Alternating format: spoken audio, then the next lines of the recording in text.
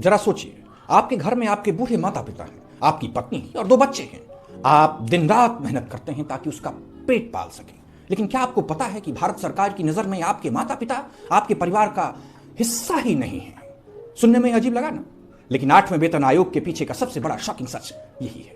पिछले कई सालों से सरकार एक ऐसा फॉर्मूला इस्तेमाल कर रही है जो मानता है कि एक सरकारी कर्मचारी के परिवार में सिर्फ 3 लोग ही होते हैं, यानी आपके माता पिता को उस कैलकुलेशन से बाहर कर दिया गया है, जिससे आपकी न्यूनतम तनख्वाह तय होती है। लेकिन दोस्तों, कहानी यहीं खत्म नहीं होती।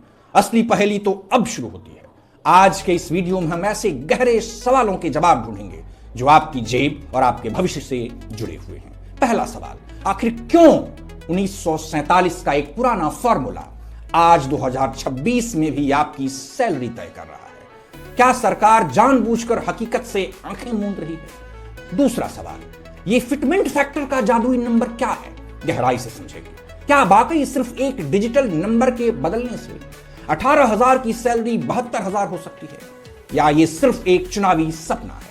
और तीसरा सबसे बड़ा सवाल, क्या भारत का खजाना करोड़ों कर्मचारियों की इस भारी भरकम मांग को सह पाएगा? कहीं सैलरी के हाइक के चक्र में महंगाई का एक नया बम तो नहीं फट जाएगा? तैयार हो जाइए, क्योंकि अगले कुछ मिनटों में हम 8वें वेतन आयोग के उस काले और श्वेत सच को एक्सपोज करने वाले हैं, जिसे मुख्य धारा का मीडिया अक्सर हेडलाइन के नीचे दबा देता है। चलिए गहराई से समझते हैं इस पूरे गणित को। नमस्कार, मैं सुधांशु शेखर। इस पूरे खेल को समझने के लिए हमें समझना होगा एक्वायर्ड फॉर्मूला। आखिर ये फॉर्मूला क्या है? यह फॉर्मूला तय करता है कि एक इंसान को जीने के लिए कितना खाना, कितना कपड़ा और कैसा घर चाहिए। अब तक के पे कमीशन मानते हैं कि एक कर्मचारी का परिवार मतलब वो खुद, उसका पार्टनर और एक बच्चा। लेकिन क्या आज के समय में यह प्रैक्टिकल है? आज का सरकारी कर्मचारी सिर्फ सर्वाइवल नहीं कर रहा, वो बच्चों की महंगी प्राइवेट स्कूल फीस भर रहा है, बुजुर्गों को इलाज करा रहा है और डिजिटल जरूरतों पर खर्च कर रहा है। इसीलिए यूनियंस ने मांग की है कि फैमिली यूनिट को 3 से बढ़ाकर 5 किया जाए। जैसे ही यह यूनिट 5 होगी, आपकी बेसिक सैलरी का आधार अपने आप ऊपर चला जाएगा। यानी इसको और ढंग से आप समझिए एक्वायर्ड फॉर्मूले को। इसमें 2 बातें जरूरी हैं।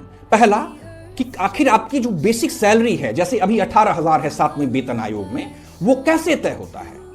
तो फैमिली यूनिट, पहली बात कि सिर्फ 3 लोगों को माना जाता है, यानी कि आप मियां बीबी और एक उसका बच्चा। ये दूसरा बच्चा है वो भी उसके फैमिली यूनिट में नहीं है, मां बाप तो बिल्कुल भी नहीं है। ये 3 लोगों की फैमिली यूनिट है और इस 3 लोगों को कितना खाना, कितने कपड़ों की जरूरत है और उनको कैसा घर चाहिए, उसके आधार पर आपकी सैलरी तय की जाती है। यही है एक्वायर्ड फॉर्मूला।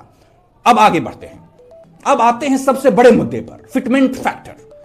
यह वो नंबर है जिससे आपकी पुरानी बेसिक सैलरी को गुना किया जाता है ताकि नई सैलरी निकाली जा सके। इसे एक आसान उदाहरण से समझिए। मान लीजिए आज आपकी बेसिक सैलरी 100 रुपए है। अगर फिटमेंट फैक्टर 2.57 है तो आपकी नई सैलरी 257 रुपए हो जाएगी। लेकिन अगर यूनियंस की मांग को मानकर इसे 4 गुना कर दिया गया तो वही 100 रुपए से सीधे 400 रुपए बन जाएंगे। यानी बिना किसी अतिरिक्त प्रमोशन के, सिर्फ इस एक नंबर के बदलने से आपकी सैलरी में रॉकेट जैसी रफ्तार आ जाएगी। 7वें वेतन आयोग में यह 2.57 था, लेकिन इस बार भारतीय प्रतिरक्षा मजदूर संघ BPMS जैसी यूनियंस ने फिटमेंट फैक्टर को 4 करने की मांग की है।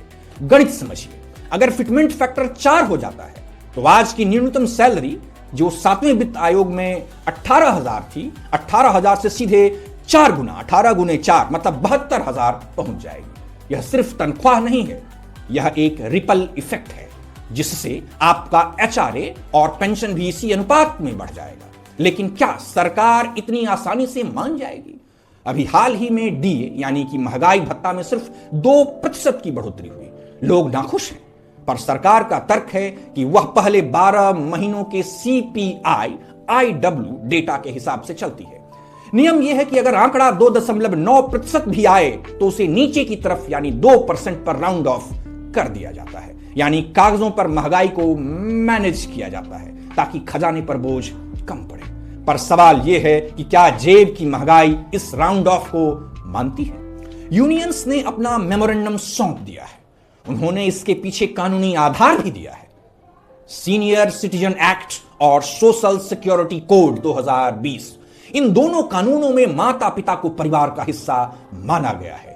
तो फिर वेतन आयोग में क्यों नहीं? 8वां वेतन आयोग सिर्फ एक सैलरी हाइक नहीं है, बल्कि यह इस बात का फैसला करेगा कि सरकार अपने कर्मचारियों की सामाजिक जिम्मेदारियों को कितना सम्मान देती है। आपको क्या लगता है, क्या 72,000 की न्यूनतम सैलरी आज के भारत में एक जरूरत है, या यह सरकार पर सिर्फ एक आर्थिक बोझ है? अपनी राय कमेंट्स बॉक्स में जरूर दीजिएगा। वीडियो अच्छा लगे तो इसे हर सरकारी दफ्तरों तक पहुंचाइए। बहुत बहुत धन्यवाद।